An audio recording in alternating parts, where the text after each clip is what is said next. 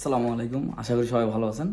So আজকে আমাদের video আলোচনার টপিক হবে যে আমার কাছে যদি কোনো ল্যাব ইকুইপমেন্ট না থাকে, কোনো মেশিন না থাকে, আমি না থাকা সত্ত্বেও কিভাবে আমি একটি ল্যাপটপ অথবা আমার একটা ডেস্কটপে আমি ওই টাইপের যে রিসার্চগুলো হয় বা ওই টাইপের যে গবেষণাগুলো আমি কিভাবে আমার ল্যাপটপে করতে পারবো, আমি আমার কম্পিউটারে করতে পারবো। তো বাংলাদেশের একটা কমন কোশ্চেন হচ্ছে যে ল্যাব আমাদের ইউজ করতে দেয় না বা ল্যাবে ওই মেশিনটা নাই, যেটা আমাদের সিলেবাসে আছে, যেই মেজর রিলেটেড যে কাজটা শেখানো, এটা হোক ইলেকট্রিক্যাল, মেকানিক্যাল, কম্পিউটার, যেটা হোক বলা কমন কমন যেটা প্রবলেম সেটা হচ্ছে যে ল্যাবে ইকুইপমেন্টটা নাই। তো থাকলেও অনেক সময় হয়তো ইউজ করতে দেয় না।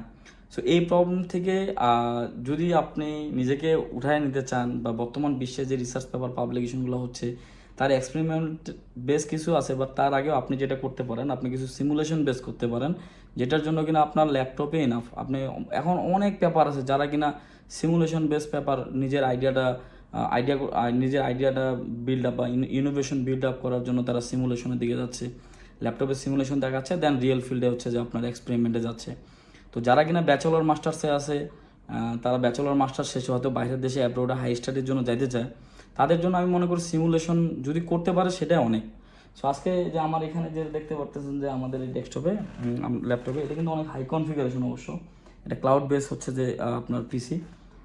তো এখানে আমরা হচ্ছে সিমুলেশন করতেছি আপনার হচ্ছে যে কামানের যে চাকা থাকে, সো চাকায় যে গিয়ার থাকে আমাদের, ওই গিয়ারের হচ্ছে একটা মডেল আর কি। তো এইখানে আমরা আসলে লাইফ টাইম প্রেডিকশন করব। আমাদের যে গিয়ারটা আছে এখানে আমরা মাল্টি গিয়ার থাকবে, মাল্টি গিয়ার যে যখন রোটেশন হবে তখন এই যে গিয়ারের যে দাঁতগুলো আছে, যে তীর যেটাকে বলা হয়, এটা হচ্ছে যে আমরা অ্যানালাইসিস করব। এটা লাইফ টাইম, এটার উপরে লোড কীরকম দিলে, এটা যে লুব্রিকেশন অয়েল, এখন আমাদের লুব্রিকেশন অয়েলের সিমুলেশনটা চলতেছে।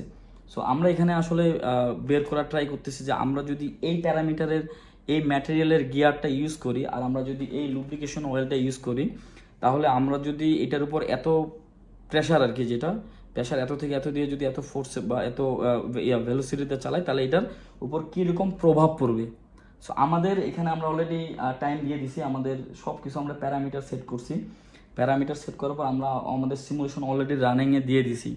সো এখানে যেটা এখন আমরা এখানে আউটপুট পাওয়ার যেটা মানে অ্যাজিউম করতেছি আমরা যেটা পাবো সেটা হচ্ছে যে এই যে গিয়ারগুলো কখন ভাঙবে, দাঁত, এর যে দাঁতগুলো আছে এটা কখন ভাঙতে পারে, এটার একটা আমরা সিমুলেশন করলাম এখানে। এই সিমুলেশনটা করার জন্য আমাদের কোনো মেশিনের দরকার হয় নাই, রিয়েল লাইফের কোনো মেশিনের দরকার হয় নাই। আমরা যেটা জানি, আমরা হচ্ছে গিয়ারের ভ্যালু জানি, diameter, output diameter, input diameter, inner diameter, output diameter, তারপরে এখানে যে প্যারামিটারগুলো লাগে আমরা এগুলো জানি, যেগুলো কিনা একটা স্ট্যান্ডার্ড গিয়ারে যারা ইউজ করে মার্কেটে যেগুলো আছে। সো এই টাইপের অ্যানালিসিস করার জন্য আমাদের কিন্তু কোনো রিয়েল ফিল্ডে যাইতে হয় নাই।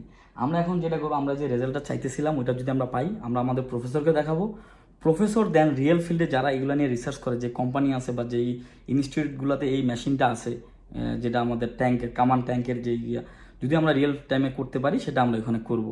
সো যারা কিনা বাংলাদেশে এখন মাস্টার্স বা ব্যাচেলরে আছে, তারা যদি হায়ার স্টাডির জন্য যাইতে পারে, আমি যদি এইটুকু পর্যন্ত কাজ করতে পারি, করে যদি আমি ওয়ার্ল্ডের যে কোনো প্রফেসর যারা কিনা এই টাইপের রিসার্চ করতেছে তাদেরকে যদি আমি দেখাইতে পারি, দেখেন আমার কাছে একটা সিমুলেশন মডেল আছে, যে মডেলে কিনা আপনি যে কোনো গিয়ার চাইলে আপনি হচ্ছে অ্যানালাইসিস করতে পারবেন।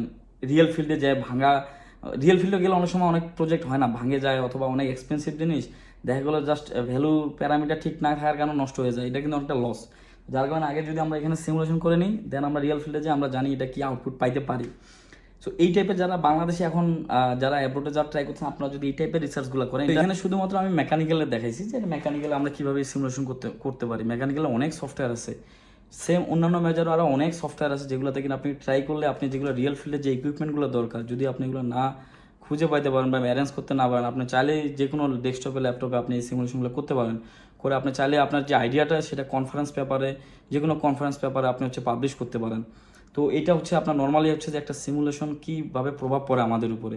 তো নেক্সট ভিডিওতে আমরা কথা বলবো কীভাবে একটা কনফারেন্স পেপার পাবলিশ করা যায়, যে আপনি যদি আপনার ফিউচারে যে আপনি রিসার্চ লাইনে আসতেছেন এটা যদি আপনি বুঝাইতে চান, বা আপনার যে ইনোভেটিভ থিঙ্কিং মানে আপনার মাইন্ড, এটা যদি আপনি জানান দিতে চান কীভাবে আপনি একটা কনফারেন্স পেপার বানাইতে পারেন, আমরা নেক্সট ভিডিওতে একটা কনফারেন্স পেপার নিয়ে কথা বলবো।